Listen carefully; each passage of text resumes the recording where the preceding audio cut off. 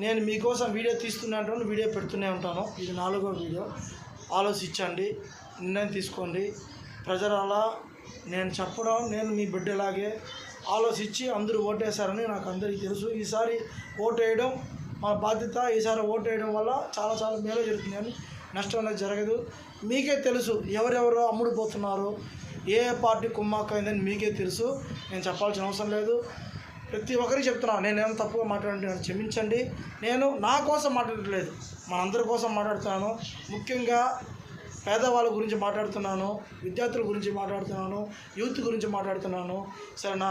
ముఖ్యంగా ఈ ప్రభుత్వం, నెక్స్ట్ మన జగన్ ప్రభుత్వం, మళ్ళీ చెప్తాను, తప్పుగా అనుకుంటూ జగన్ మళ్ళీ పోలీస్ శాఖకి శాలరీలు పెంచండి, వీక్లీ ఆఫ్ ఇవ్వండి. ఇది అందరికీ షేర్ చేయండి, కామెంట్స్ పెట్టండి. నేను యూట్యూబ్లో ఫేమస్ అవ్వాలని కాదు. పోలీస్ శాఖ అనేది లేకపోతే ఈరోజు మన ఎక్కడ కానీ రూల్స్ అండ్ రెగ్యులేషన్స్ తారుమారుగా ఉంటుంది.